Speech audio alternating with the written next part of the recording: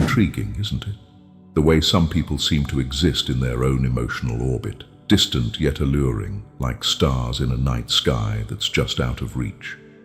Today we're embarking on an exploration into a realm that often eludes understanding, how to make an avoidant feel valued without chasing them.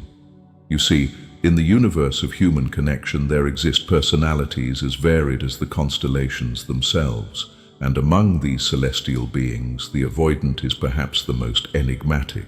They dance on the periphery, a delicate balance of desire and distance, leaving those who care for them in a curious conundrum.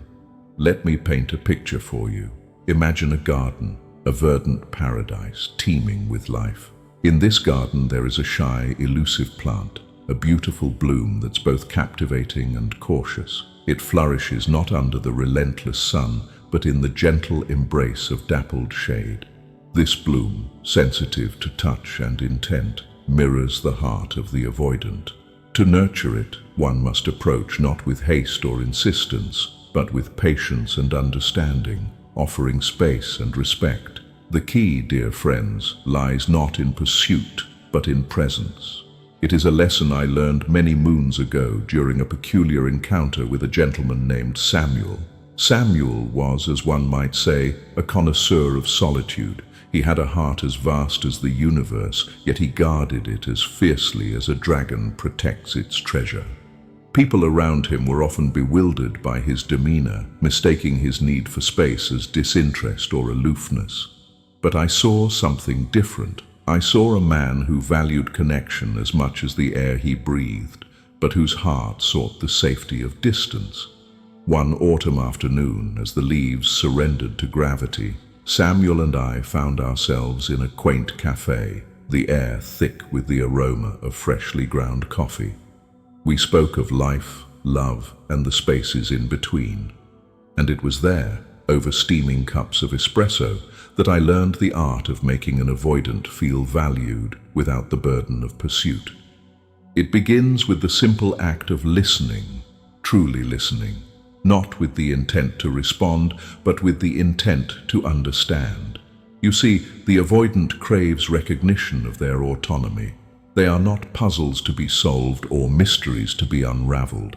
Rather, they are stories to be read gently, one page at a time. In our conversation, Samuel shared his love for the night sky, the vastness, the quietude, the comfort of knowing he was but a small part of a grander design. It was then I realized that to value an avoidant is to appreciate their perspective, to honor their space as sacred. The magic, my friends, lies in the moments between the moments, in the shared silences that speak louder than words, in the understanding nods, in the acknowledgement of their need for solitude. It is in these spaces that you can plant seeds of trust, allowing them to blossom at their own pace. For the avoidant, the fear of engulfment is real, a shadow that looms large.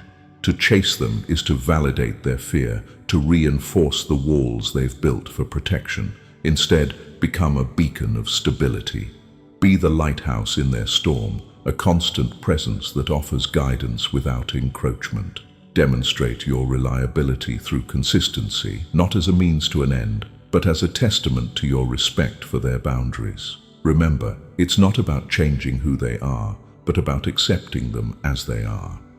This acceptance is a powerful salve, one that soothes the soul and invites vulnerability.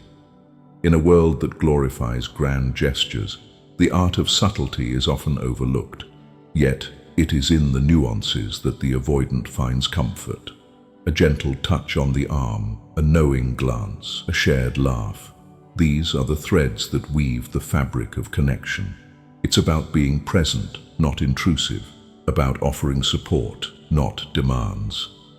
Now, let's talk about the elephant in the room, patience. Patience, the virtue that is both a curse and a blessing. To make an avoidant feel valued, one must master the art of waiting. Like a fine wine, trust matures over time, and it cannot be rushed. It requires the fortitude to endure uncertainty, the grace to accept ambiguity. Consider, if you will, the timeless rhythm of the tides.